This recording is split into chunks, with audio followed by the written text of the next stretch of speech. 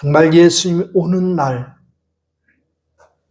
2000년 전에 오셨는데요. 이러지 마시고 언제나 우리 주님은 말씀을 통해서, 기록된 말씀을 통해서 우리에게 찾아오십니다. 그러므로 우리 인생이 신앙생활하는 모든 삶의 중심에 주님이 계시고,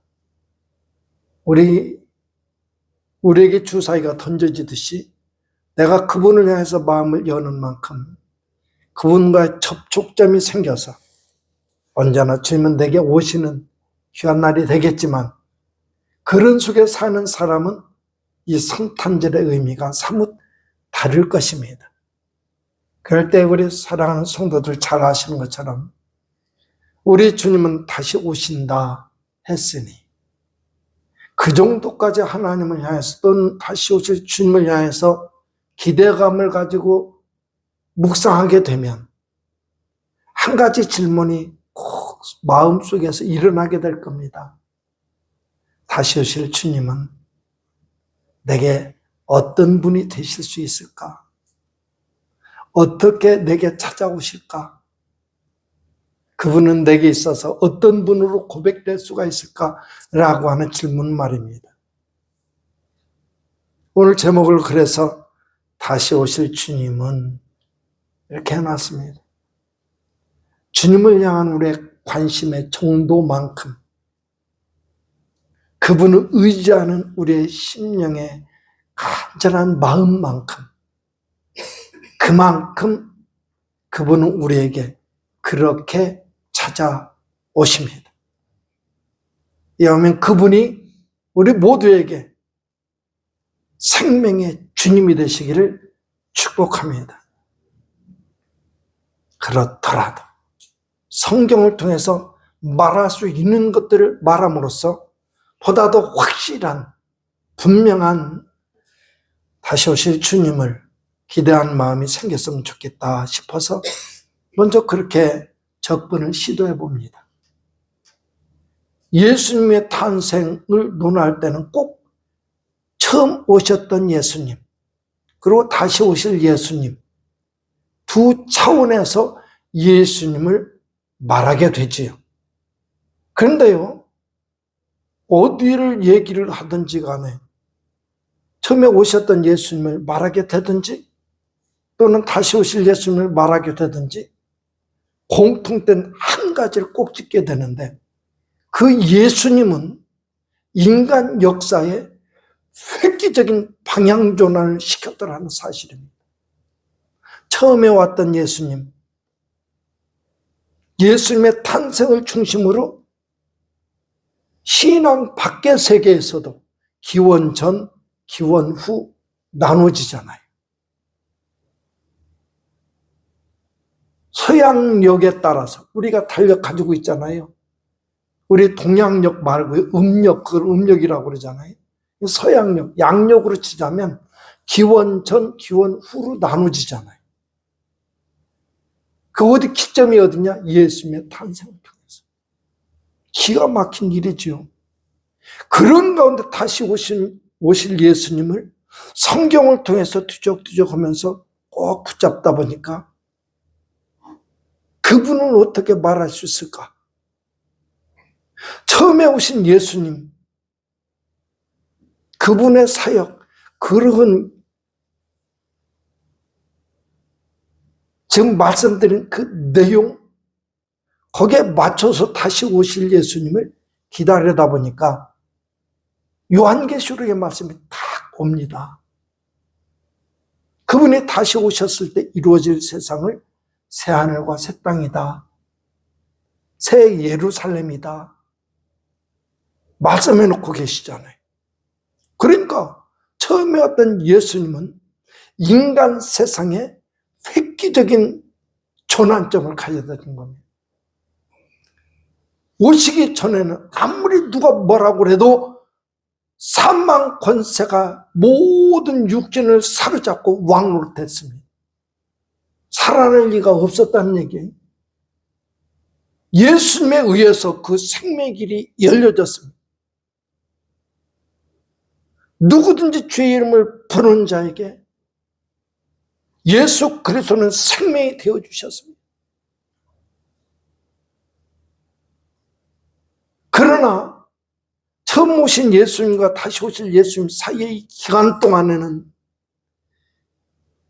처음 오셨던 예수님이 닦아놓은 길을 따르느냐 거절하느냐 받아들이냐 이 차이에 따라서 이제 인생들의 결정이 이루어지게 되는 거죠. 그것을 위해서 처음 오신 예수님 어떻게 오셔야 되냐면 잘 아시는 것처럼 어떻게 해서라도 인간들이 거절하더라도 외면하더라도 뿌리치더라도 비집고 들어오셔야만 되었습니다. 이스라엘 사회를 다시금 돌아보는 거예요. 그래서 사람들이 인정하지 않아도 외면해도 뿌리쳐도 그나마 한 줄기 빈 틈이라도 발견되는 그 틈을 비집고 그 틈은 뭐냐? 마리아 같은 여인네가 죄 계집종이 오니 동정녀 탄생 동전 자기는 아직 남자를 알지 못하는데 자기에게서 아기가 결혼 전에 아기를 가졌다? 그 당시로 풍수부에 의하자면 돌멩이 맞아 죽게 생길 환경인데도 불구하고 하나님이 자기를 열어드리는 겁니다. 죄 계집종이 오니 죄 뜻대로 하옵소서. 그거의 틈이었습니다. 사랑하는 우리 성도들이 이 시간 예배드리는 이 마음이 하나님이 찾아오시는 틈이 될 수도 있음을 깨달으시고 이 복된 길에 나오게 틈을 기뻐하실 수 있기를 축복합니다. 그 틈을 비집고 와가지고 옵니다. 어디 똑같은 사람들입니까? 예수님의 탄생의 자리가 마련되지 않아서 외면하고 거절하고 할 때에 어떻게든 그 일을 이루어야 됐기 때문에 마국간에 들어가서라도 출산하게 되지요. 사람들이 외면합니다. 이단의 괴수라고 말합니다. 귀신을 집혔다 말합니다. 귀신은 왕. 어떻게 말하든지 잡아 죽이려고 틈만 나면 시비 겁니다. 그래도 비집고 들어와서 그 뜻을 이루어야 그 길을 열어놔야 우리 인생들이 생명 가운데 나올 수 있는 길이 열려지기에 끝끝내 그 길 포기하지 않으신 겁니다. 그리고 마침내 십자가를 치시잖아요. 그 길이 이제 예수님에서 열렸습니다. 다시 오실 예수님은 어떻게 오실까요?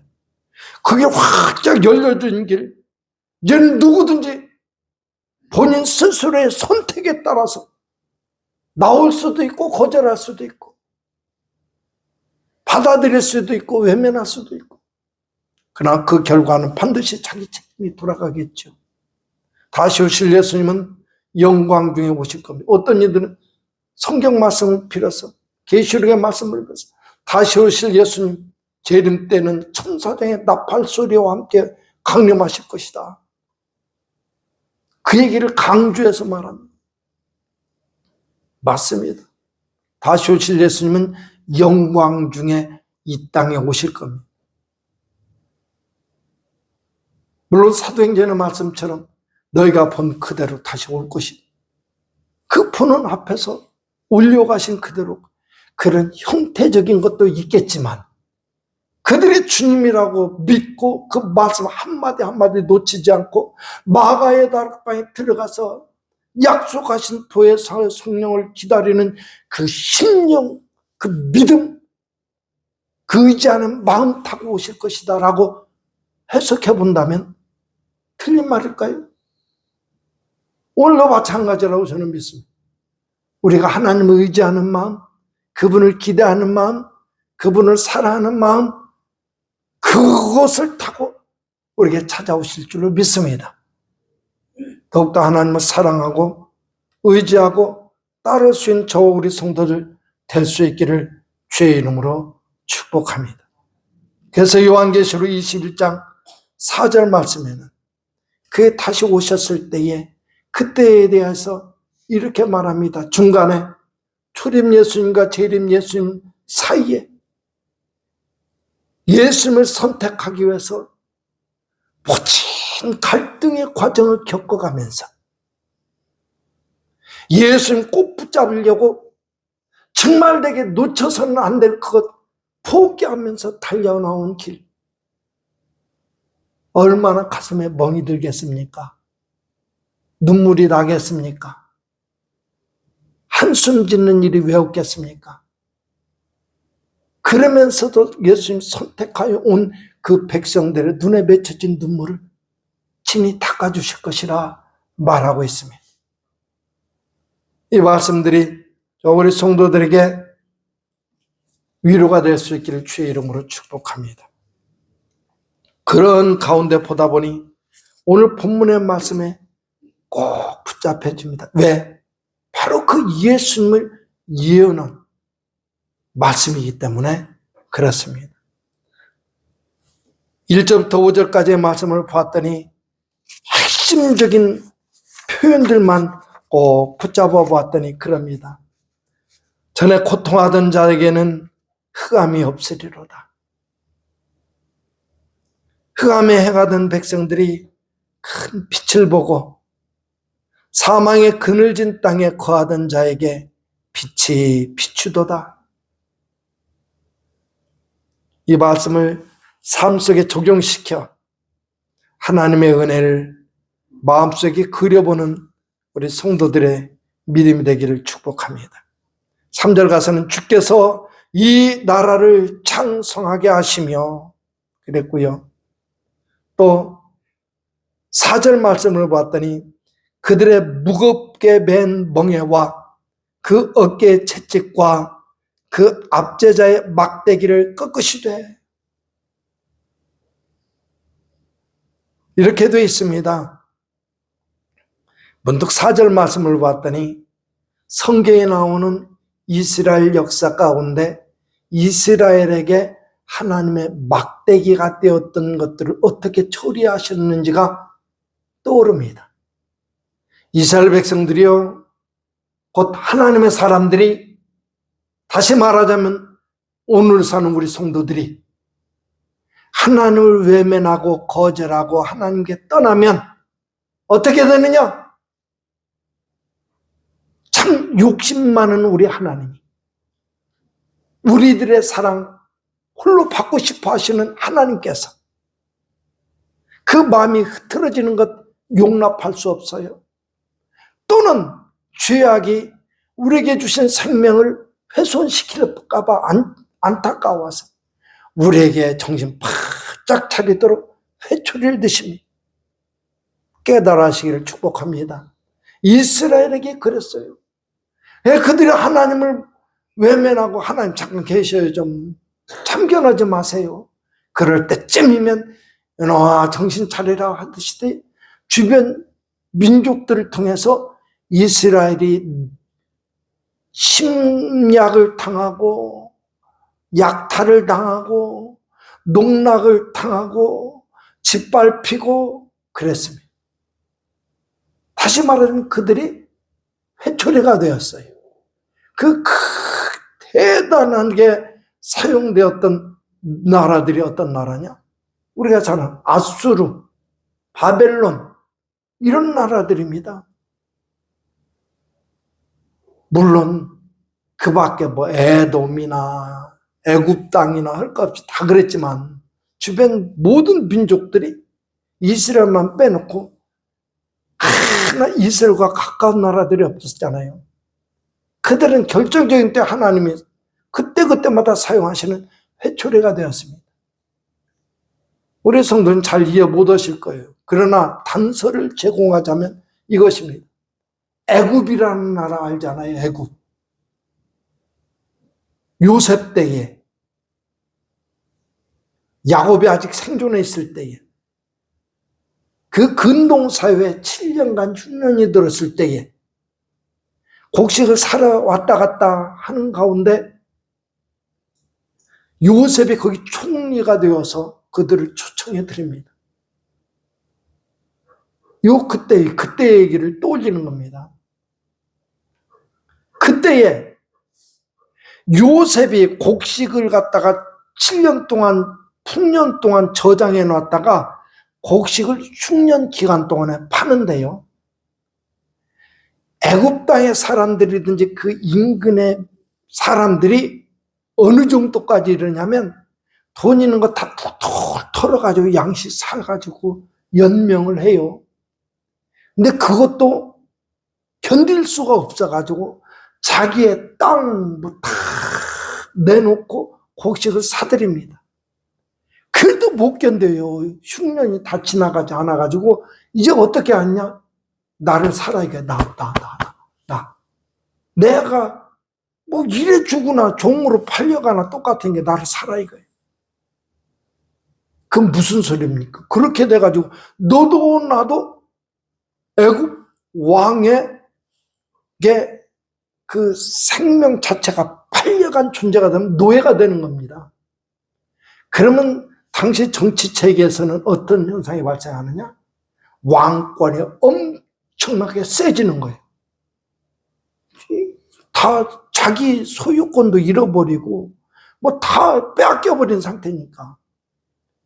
그러니까 애굽에 가끔 가다가 영화 같은 데 보잖아요. 피라미드 세우고 막 황금 가면도 등장하고 엄청난 위세를 떨쳤다는 거 우리 역사는 모르더라도 그걸 통해 알게 되잖아요.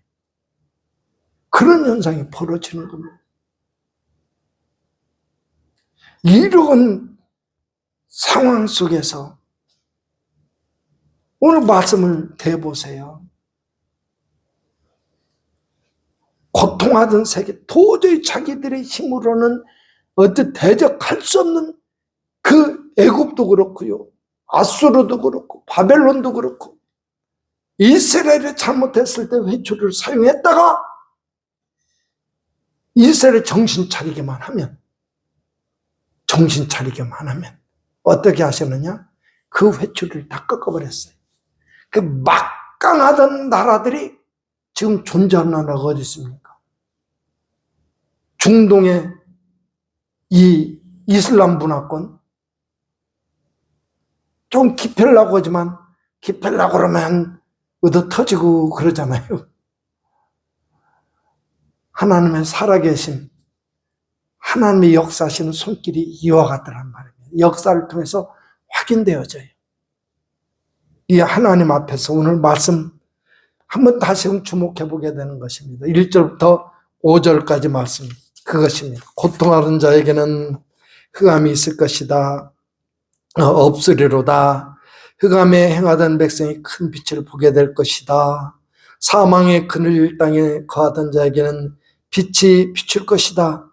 주께서 이 나라를 창성하게 하실 것이다. 그들의 무겁게 벤 멍에와 그 어깨의 채찍과 그 압제자의 막대기를 꺾으실 것이다. 이해놓고요. 6절에 가서는 그럽니다. 황폐하고 소망이 없는 세상을 그 아기 예수, 그가 와서 바꿔놓을 것이다. 6절은 그 아기 예수입니다. 그 아기 예수를 이름하여 기묘자라 모사라 그랬습니다. 그 육신으로 태어난 아기 예수, 그가 누구냐? 그 근원을 하나님께 두고 있고 하나님께서 친히 그를 필요로 하시고 계시고 하나님이 함께하고 계시고 하나님 그를 통해서 역사하시는 메시아였습니다. 그에 대한 이야기를 종합해 보면서 그 이야기의 핵심을 꼽아보라면 그것입니다. 그 아기 예수, 참 재밌습니다. 아기 예수로 표현한 데는 의미가 있는 것 같아요.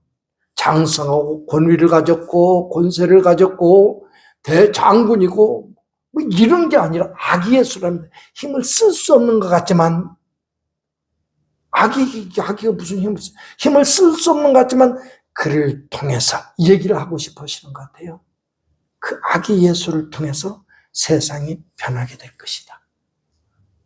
하나님이 하시는 말씀은 이렇게 알아듣게 됩니다. 그 아기 예수를 통해서 우리 성도들이 바뀌어지게 될 것이다. 할렐루야. 그 아기 예수 때문에 여러분들의 가정이 바뀌어지게 될 것이다. 아기 예수 때문에 우리가 사는 이 청산 땅이 바뀌어지게 될 것이다. 할렐루야. 아기 예수 때문에, 그 예수 때문에, 그 예수 그분을 꼭 붙잡고 하나님 마음에 쏙 드는 사람, 그 단 한 사람을 통해서 세상 역사 속에는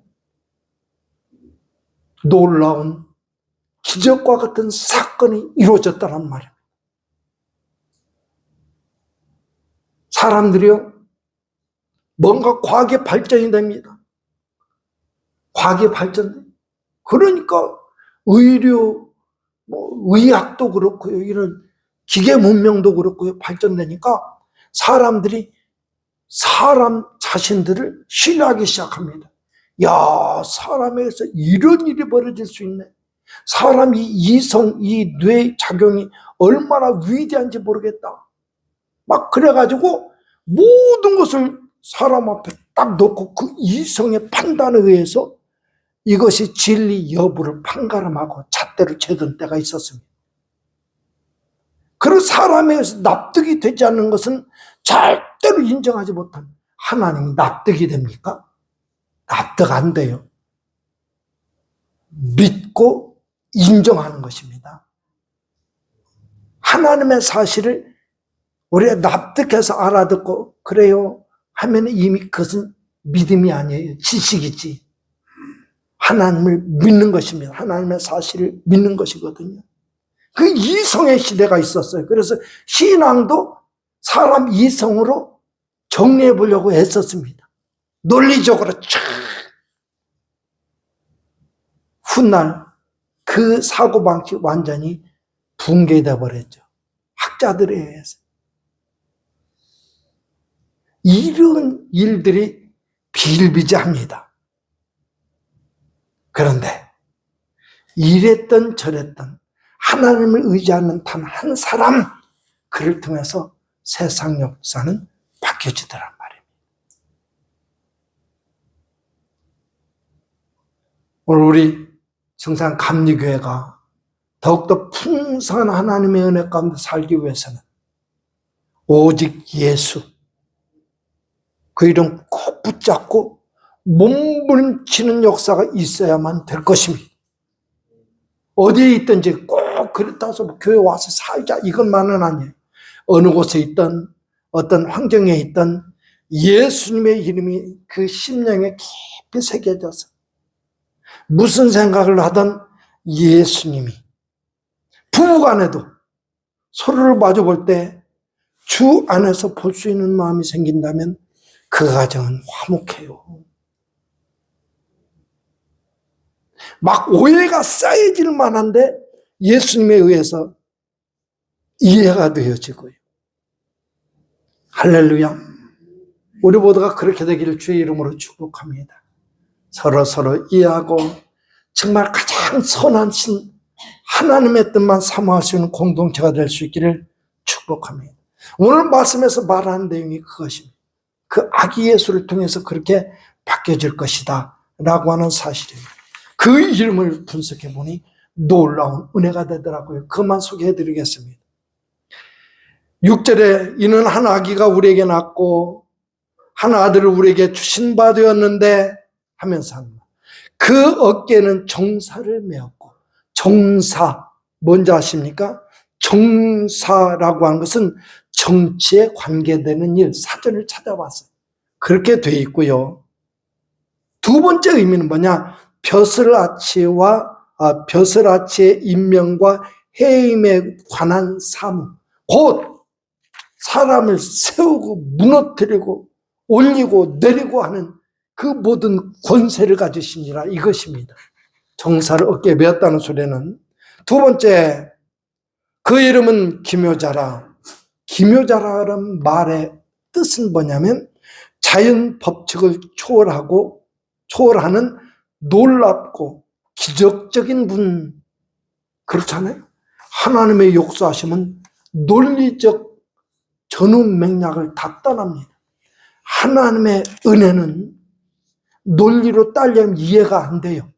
세상 모든 것은 인과의 법칙이 있습니다. 원인이 있고 결과도 있어요. 하나님의 은혜는 이유가 딱 하나입니다. 하나님의 사랑 때문에. 왜 사랑하셨어요? 내가 너를 사랑하는데 이유가 있어야 되냐? 하나님 그러실 겁니다. 만약에 우리 성도는 그런 질문 안 해보셨지? 저는 해봤어요. 하나님 왜 사랑해요? 하나님 왜 사랑하셔요? 그랬더니 말씀이 들려듯이 가슴에 딱 생각이 떠오르는 거예요.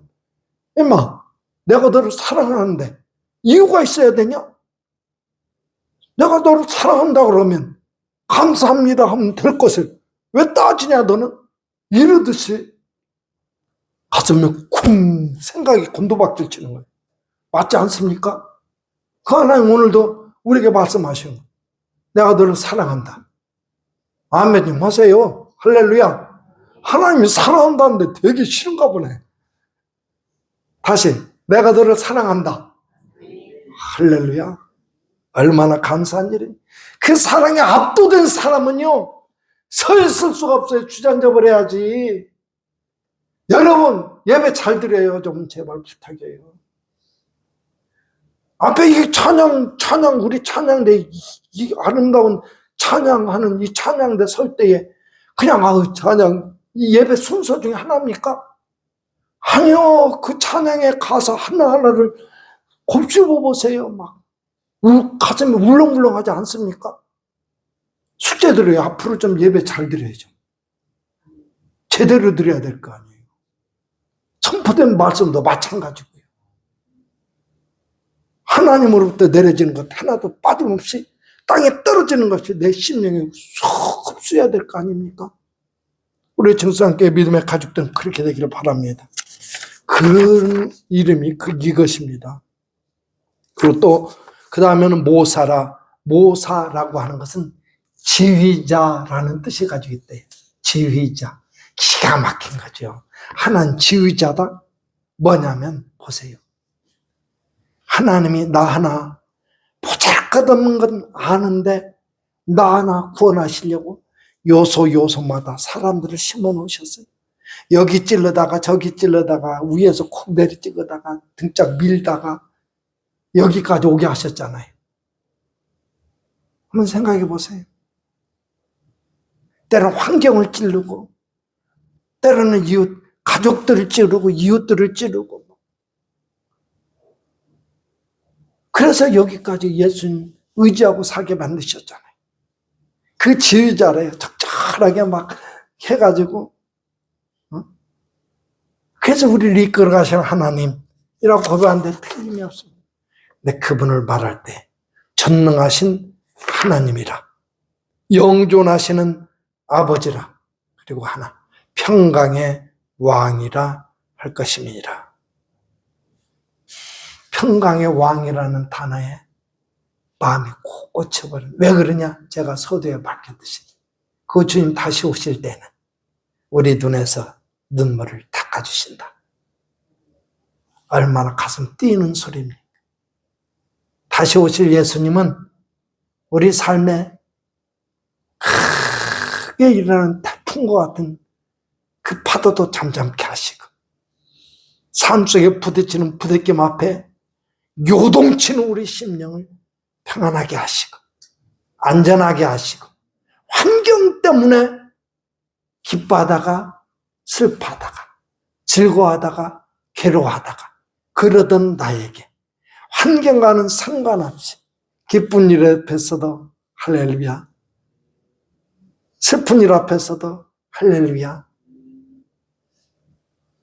주님 생각하면 늘 기쁘고 행복하고 그렇게 만드시는 하나님이시랍니다. 그 하나님 오시는 날을 기다리는 우리 마음이 설레어야만 될 것입니다. 우리 모두의 마음속에 그 주님이 오셔서 그 설레임에 맞다 하시듯이 꿈속이라도 만나주시고 생식 가운데서 만나주시는 복받는 성도들 다 되시기를 주의 이름으로 축복합니다. 기도하겠습니다.